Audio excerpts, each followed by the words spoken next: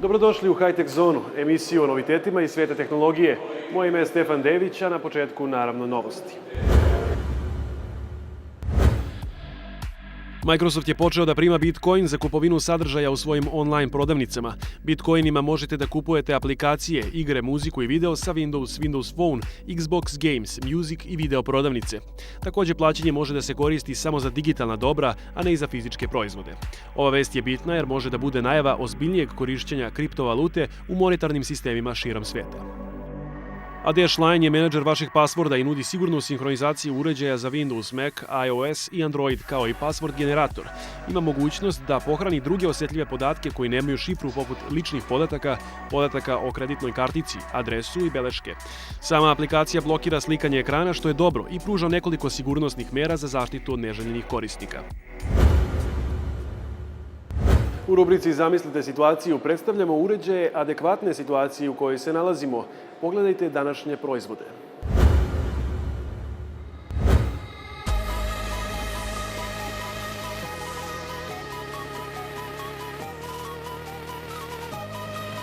Zamislite situaciju, nalazite se kod kuće i želite da idete kod rodbine ili prijatelja i ponesete neki audio ili video materijal. Svakako treba vam neki nosač memorije. Vidjet ćemo sada kakve ovdje imaju. Imamo dve varijante. Imamo klasičan prenosni hard disk i imamo USB flash memory. Što se tiče USB flash memorije, one dolaze u najrazličitijim kapacitetima. Također, ono što je interesantno, to je da imamo i modele sa OTG podrškom koji nam omogućavaju da možemo podatke direktno da prebacimo na mobilni telefon, a kasnije to i na računar.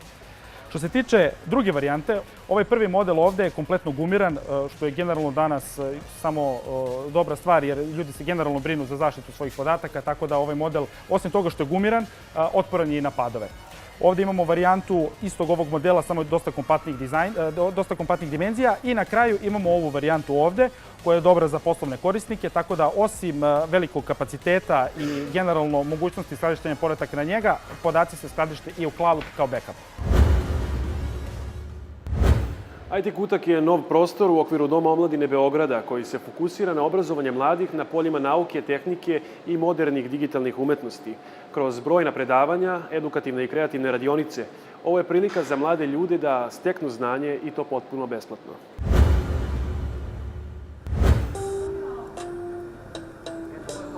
Na samom otvaranju IT Kutka održano je nekoliko besplatnih radionica za mlade, kao i interaktivne instalacije. Tu su svoje mesto našle banane koje sviraju, ali i jedan 3D štampač. Kako ti se dopada ta sprava? Mnogo gotivno, kako bih rekla. Mislim, nisam očekivala da će krenuti da svira kada dotakne bananu, ali očigledno da svira.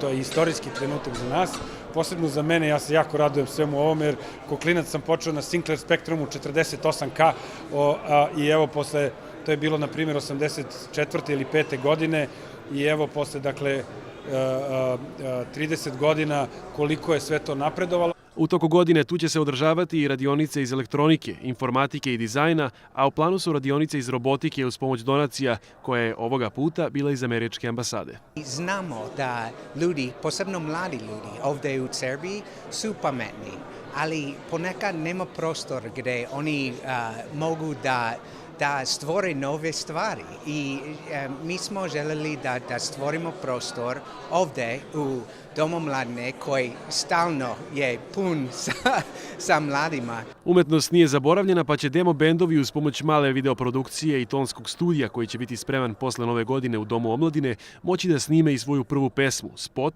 a na kraju i da u klubu održe koncert. A ukoliko neko ima i dobru start-up ideju, Dom omladine je spreman i da ustupi svoje prostorije i resurse kako bi se ta ideja realizovala. Toliko za danas iz High-Tech zone. Gledajte nas svakim radnim danom na Pinku 3. Doviđenja.